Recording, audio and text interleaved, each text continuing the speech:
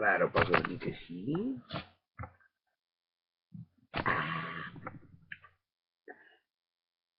Quin dia que m'he cansat, senyor. Ja les coses van millor a casa meva, eh? Ja no m'he de posar tan agressiu ni tan punyetes. Perquè he aconseguit que les coses vagin millor a casa meva. I a casa dels meus amics, també. I a casa dels meus veïns, també. I a casa dels meus lectors, també. I a casa dels qui m'admiren, també. I a casa dels qui em detesten, potser també. Mira, us vull parlar de la meva germana. Oh, la meva germana. Jo tenia dues germanes grans, dues. Una es va morir. I l'altra és la que em venia xiclets mastegats com si fossin l'or de la flor de Edelweiss. Xiclets mastegats del Bubblegum que no tenien cap gust, jo els prenia com or. Ja no tenien gust. I li pagava fins a 500 pessetes per un xiclet fet de tot un tubo de xiclets. Perquè allò era important, eh? Era un xiclet fet de xiclets. Era un corpus ribianum de xiclets. Les femelles, torturadores dels seus petits mascles, germans petits, els estan transmetent un coneixement del pur misticisme més alt increïble. Si Carles Riba va tenir un fill amb dificultats, que el va tenir. Si Manuel Balasc va tenir un cosí amb dificultats psicocognitives, que el va tenir. I desava una foto sempre recordant-lo al despatx. És perquè no entenien del tot el missatge que els transmetia el sexe opost. El missatge gran i místic de la germana que estafa el germà petit. Li indica unes idees meravelloses d'art i de coses possibles. Penseu-hi que és veritat. Em venien xiclets caducats. I llavors la meva germana és una de les autèntiques becàries de Scallion. Ho té al currículum.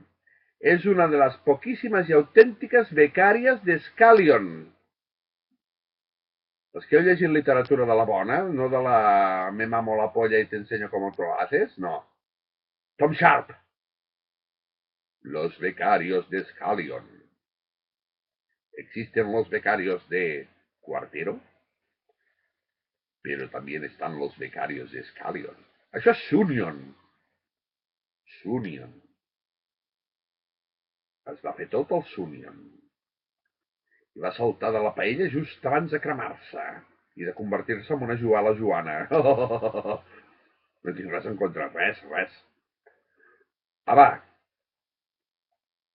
Es va triar les amigues més perverses que pogués haver. Primer la gent merderiu, però la gent era massa aturada. Quan va acabar el primer cicle es va triar tercer de grup.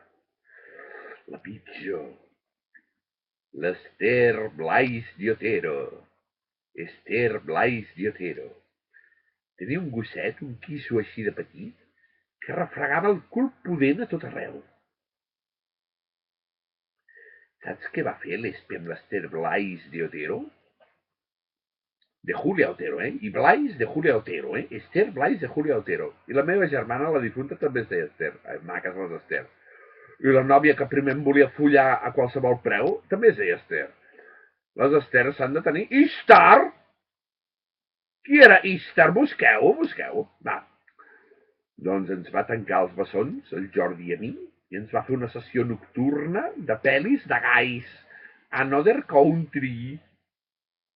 With Rupert Everett, que estava molt prim i molt guapo, llavors. Quan va fer Preta Porter ja estava viejo. Llavors, Maurice, que eren muy bonitos los de Maurice. Vam sortir el matí següent menjant cereals i convençuts que havíem de ser gais.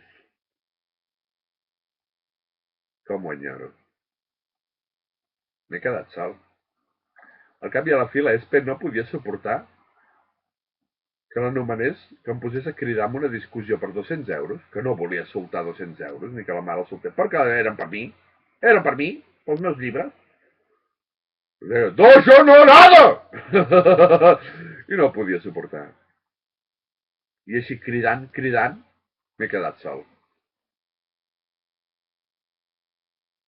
Quins records, no? Brindis.